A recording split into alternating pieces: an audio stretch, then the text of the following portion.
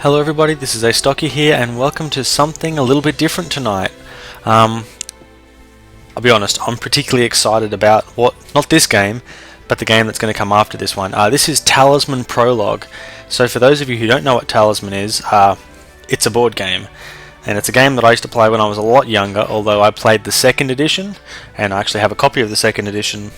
But this is based off the fourth edition, and what this is the prologue. So it's like almost like an intro kind of tutorial, and I'll post a link to their website where you can get it, and you can also at the moment pre-order the full game, which I have done, which actually includes a copy of the prologue for free, and that's fantastic. It's not available on Steam yet, but it's on for the Steam Greenlight, and if you guys like the look of this, I suggest that you help greenlight it. But basically what this is it's a board game, so you have a number of different cards that represent characters. So you can see the troll, the druid, the wizard, the monk, the assassin, the elf, the dwarf, the priest, the prophetess, back to the warrior. Now if you look down the bottom, each of them have special abilities and each of them have stats. So strength is like your fighting, craft is like your magic skill, you have fate, gold, and you have lives. And now the way this, I don't know, I guess it's not a demo because you can get a demo of the prologue, which gives you access to 2 characters. This gives you access to, I believe it's all the characters from the basic game, and each of them has a bunch of quests. So, warrior training, your goal is to equip yourself with 2 weapons and then kill an enemy or creature. So you basically either have to find weapons or buy them, and I'll kind of just jump into the game and show you how it is, but basically note that they're all locked, and all the other characters are locked as well. So until you complete at least a certain number of missions, you kind of can't unlock the other characters. So it's almost like a tutorial for people who haven't played the full game before. But let's just jump into it and I'll show you what it's about. So on the left hand side of the screen is your statistics, which would normally be like on your little character card that you have in front of you in the board game. You have your picture, you have your alignment, so you can either be good, neutral or evil. Over here you have the number of turns, and it counts the number of turns that you have, and the less turns you complete the level in, kind of the better that you've done. You also have spell cards up here, and you have adventure cards, so when you land on squares you have to draw certain adventure cards. You can have spells, objects, people who follow you, and you can also have trophies. But search for or purchase a weapon. Now I can click on that and that basically brings up the card, and my 2 special abilities are that I can roll 2 dice in battle, which is really good because most people only roll 1. So you've basically doubled your chance to get a good roll, and you may use 2 weapons at a time. And over here is what I have to do. But let's just get out of that and let's click on the dice, roll it, and let's see what happens. Okay, I've rolled a 5. So I can either move to here, which if I click on it, it is the fields, or I can go over here, which is also the fields. Now basically the square that I want to get to is this square just here, which is the village, and the village has the blacksmith who can sell me weapons. But you can see over here on the left I have 1 bag of gold, and to buy a sword I need 2, and to buy an axe I need 3. So I really need 5 bags of gold to be able to do anything. So I'm instead going to pick the field square, and you can see when I get that I'll draw a card. So let's just go there, click on draw a card. I've drawn a card. The card is the storm, so everybody misses a turn. So I'm on turn 1, so I believe now I'm going to jump to turn 3. You can see my little counter click by there saying that I'm up to turn 3. Not a good start. So I've got another 2 spaces, so I'll move to another fields. Like I said, I want to kind of stay as close as I can to here. A hobgoblin. Okay, so now we're going to get to see combat. So the way this works is I have strength 4, and I roll the 2 dice, pick the highest one, add it to my strength. Now if I had objects or followers, you can kind of give yourself bonuses, but he's strength 3, so already I'm at an advantage, so I'll roll them. Now I've rolled a 5, so again 4 plus 5 is 9. So he gets 3, plus 3 is 6, therefore I win. Awesome. And it sends his little character over here as a trophy. Now once I've collected, and you can see these pop-ups coming up constantly, basically once I get to at least 7 I can select them, and that will give me a bonus 1 to strength, or if they're craft enemies it would give me a bonus 1 to craft. So at the moment I don't have enough, so roll the dice, next turn. Now this guy here is basically the guardian of the bridge that takes you to the middle area. Now he's quite strong. I don't actually need to fight him, so if I just go here I can just draw a card, which is much easier. So draw a card. Excellent! So I have collected a sword. So it will add 1 strength to my... It'll add +1 strength to me. So you can see there I have a little +1 marker. But now that I have a weapon, I'm halfway to completing my quest, because I have to find 1 more weapon so that I have a total of 2. So now I could go here to the graveyard. And we'll click on the graveyard and you'll see that I'm neutral. So if you're neutral, you can replenish fate up to your fate value at a cost of 1 gold each. If you're good, you lose a life. If you're evil, you replenish your fate for free, and you can roll a dice to see if you gain an extra fate or if you gain a spell. Now being neutral, this place isn't actually all that good for me, so I'm going to choose not to go there. I'm instead going to go over here to the chapel. Oh no, that doesn't do me any good either, because that only helps me to heal. So neither of those are particularly good, but I'm going to go to the graveyard because it's closer to the village I need to get to. So I need to get 1 more weapon. Let's head here to the woods and draw a card. Maybe I'll get lucky and get another weapon. Nope, it's a goblin. Well, this guy's strength 2, so he's kind of pretty minuscule, because I have strength 4 plus the 1 modifier giving me a base of 5. So plus the 4 means 9, so there's no way he can roll good enough to hurt me. So I've now killed a goblin, and you can see I have 2 trophies, and when I look at the 2 of them, they add up to 5, so not enough yet to get a bonus. 5, we'll head over here. Okay, the forest. So this gives you one of those places where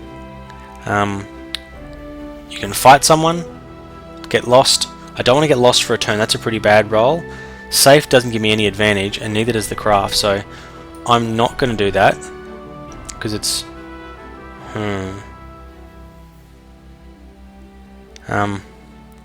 to be honest, neither of those areas is very good. If I have to fight someone though, I want to fight a strength person, so at least if I come over here, now I just have to hope that I roll well. A roll of 1, attacked by a brigand. That's... nah, I'm not going to... see I have the option now to re-roll it and use one of my fate points, but no thank you. I would rather just fight this guy, because I have a 1-up strength advantage on him, and I have rolled really badly. Thankfully, he rolled just as badly, but now because he was a special character off a square, I don't actually collect him as a trophy. You only collect adventure card people as trophies. So, back over this way, come on. Give me a weapon. Or a bag of gold. Excellent! I now have a 2nd bag of gold. So now if I can get over to here, I have enough to buy myself a 2nd sword. I hope I can carry 2 swords. Just got to get there now to get it. An ogre. Okay, so an ogre is strength 5, which is not that good for me, because he's the same as me. So here I have to roll really well. And that's where you have the advantage of 2 dice. Fortunately, he still did better than I did. So I'm going to use my fate point here and re-roll the 5 and hopefully get a 6. No, I did not. So you can see here I'm going to go from 5 lives now down to 4 lives because he's hurt me. I'm going to get a cool red effect. Not cool. So he's going to stay on that square now as well and hassle the next person that comes around here. Why can't I just roll this 5 when I want one and a 6 when I want one? Give me a sword. Great, a lion. I don't want to fight you, I just want to get a sword. Now see, he's in the situation where he can't possibly beat me, so I just hope that he finishes quickly. And now I have sufficient trophies that if I select, that's 3 plus 2 plus 3 gives me 7, and click on that and that gives me +1 to my strength. Just roll. I want a 1. What's that going to do? Draw 2 cards, that's got to be good. I'm bound to get 2 weapons. An axe! Excellent! So I now have a weapon and an extra bag of gold. All I have to do now is defeat 1 more person. Anything else is going to be sufficient and I'm going to win. And it's just typical. Now I get to go over here. Come on, just draw an enemy. Just want to draw an enemy. A bear! Fantastic! This is brilliant because Bears are really quite wussy. So I've got my 7 to start with, which gives me 11. There's no way he can get an 11. So it's taken me now 12 turns, but I have won the combat and I have completed the quest. So let's see how I did. Excellent, 3 talismans. Not that good, but good enough. And you can see I've now unlocked 2 additional quests for myself. Retry, why would I retry that? So here I can now do the rescue. Can't do any of the prophetess ones, but I could do the troll training. So the way this works is I have to use the healing ability to my advantage and win a battle with the mighty sentinel. So I have to learn the power of healing and then beat the sentinel. That sounds like a lot more fun than the rescue, where I have to travel to the hidden valley in the middle region and kill the bandits. Yeah, this one sounds like more fun. So let's jump into this one. Gonna make things as quick as I can. Heal yourself by using your special ability. So let's click on myself and find out how I heal. Whenever you roll a 6 for move, you may regenerate instead of moving. That sounds good. Let's try and get a 6. I'm not sure if I have to die first. Well, if I come here, because I'm evil, you will lose a life. So by coming here, that's going to take away one of my lives, which is excellent because now I can use my healing to actually get that life back. So let's go to the woods. Pestilence. Great. I just lost another life. So this is not what I was hoping for, but it doesn't matter because now I have 2 lives that I can heal back with a 6. Just need to roll a 6. Yes, I have 1 gold, so I can't visit the blacksmith. The healer will heal me 1 life for 1 gold. That's not even worth it. Let's visit the mystic and see what happens. 6. Gain 1 spell. Unfortunately, I only have a craft of 1. So I'm pretty sure... Yep, there you go. Craft of 1 means I can't have any spells anyway. So, not that good. I rolled a... Oh no, that was the 6 for the mystic. I was going to say, did I roll a 6 for movement and forget to heal? So whatever, just got to get here as quick as I can. The witch. Don't roll a 1. Rolling a 3 would be great, because that's going to really help me to beat him. 6. Replenish fate up to your fate value. So I think my fate value is 1, so I just replenish 1 fate. Again, not cool. I keep wasting all my 6s. I just want to beat the sentinel. Not again. And now you can see that witch now stays there. Anytime a person lands there, they have to face the witch. And it's the same with here. Anytime we land here, for me, I'm going to have to face that maze, which means I'm going to lose a turn. All things that are totally not cool. So I definitely don't want to go there, because the best that could happen is she's going to turn me into a toad. I just want to roll a 6. Great, a dragon. In fact, this isn't as bad as it could be, because I have strength 6 already, so I just need to roll well. Now you can see in this combat I only roll 1 dice, because I'm not the warrior. And rolling a 1, clearly not good. I would need to reroll and get a 5 or a 6. Yeah, why not? Let's try it. Double 1. Wow. I am really setting the bar low here, and that dragon's going to stay there and be another square that I can't land on. 6! Fantastic! So now that I have activated that, I can now press the special ability button, and I've healed myself 1 life.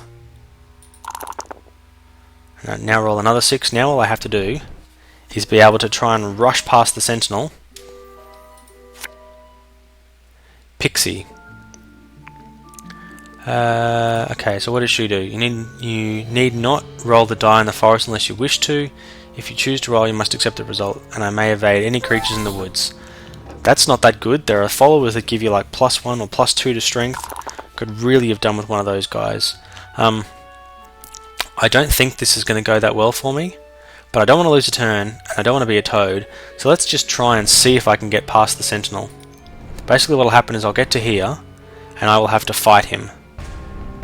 Now he has a strength of 9, which is quite a lot higher than me, but if he rolls a 1 or a 2, and I can roll a 6, I can kind of beat him. And I can roll another 1, which is just fantastic. There's just something at the moment about me and losing that is not cool. I'm going to give this one more go. I feel like I'm going to roll better this time. So we'll try it one more time. Okay. If this continues to happen, this is going to be most problematic. But 6, I've got my regen, so I can regen a life, which is good. And I thought I should be able to pick up a card as well. Do I want to risk it? Yeah, let's risk it.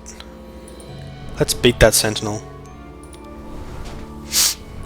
I mean, I've clearly rolled about as bad as I can possibly roll the last few times of fighting the sentinel, so... No, I hadn't rolled as bad as I could have. And that was the time that I was going to beat him, if ever, where he rolls a 1. So... down to 2 lives, I believe.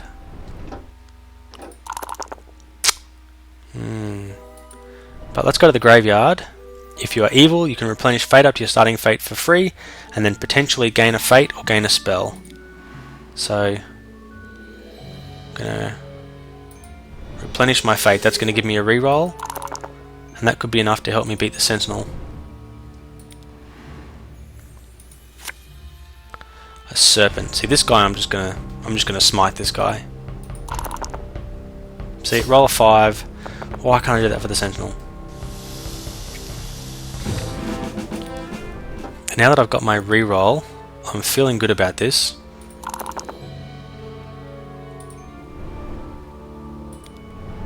Definitely feeling good about having a reroll here. Again, sometimes this game comes down to a bit of luck. 6, excellent. Now I just need him to not roll well. Fantastic. So I've now beaten him. 16 turns. Hopefully that's going to be enough for 3. No. Okay, but I have unlocked Beware the Sun, and I have unlocked Druid training. So I'm definitely going to come back and do that again, because 1 is just not good enough. But Beware the Sun. Yeah, so I've got to get the Cave Adventure card before 20 turns expire. Got to be in the middle region somewhere to find the cave. Okay. And then I've again got the Warrior level. And I've also got Druid training, where I have to go to the chapel, the graveyard, and the woods, using my special ability to change my alignment. So, that's not probably too bad, but I think this has been a good intro anyway. Hopefully you guys have seen this and you don't mind the look of it. Again, the new version that's going to come out, which is I think slated for sometime in summer, that I've pre-ordered, basically it adds all of the characters and it adds the full game. So you don't have these little quests. You basically pick between 2 and 6 players. Up to 5 of them can be played by the computer, and you play one clearly. And you actually compete against the other players to get inside the very center part of the board and to basically win the game. So the real game itself is fantastic, and I love it, but it takes a bit of time to play and is a little bit difficult. So hopefully this is going to let you kind of get that need to play the game out of your system, and then maybe even do some online play against some other players, but it'll also allow you to kind of save the game midway through and not have a big messy board taking up your whole table. So I hope you guys have enjoyed watching this. I've certainly enjoyed playing it, so thanks very much. Let me know if you'd like to see some more. Might be able to play this a couple more times this week.